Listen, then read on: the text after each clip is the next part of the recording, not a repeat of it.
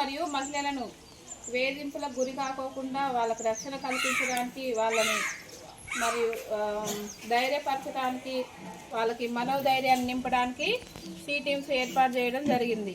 ఈ C teams daily యూనిఫామ్లో ఉండము, civil డ్రెస్లోనే ఉంటాము. బస్టాండ్ ఏరియాలు, కాలేజెస్, స్కూల్స్ ఏరియాలు మరియు రద్దీగా ఉన్నటువంటి ఏరియాలలో తిరుగుతుంటాము.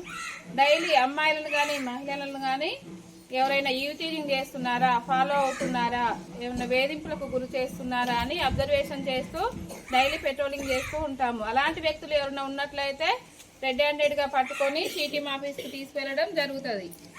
అమ్మాయిలు ఇన్స్టాగ్రామ్లలో పరిచయాలు పెంచుకుంటున్నారు.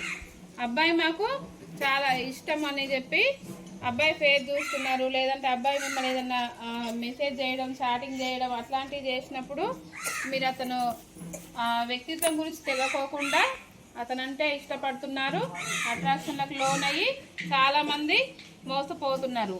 మనతో మాట్లాడే ప్రతి వ్యక్తి మనల్ని ఎందుకు మాట్లాడుతున్నాడు, వాళ్ళలో చెడు ఉద్దేశం ఉందనేది మీరు గ్రహించాలి.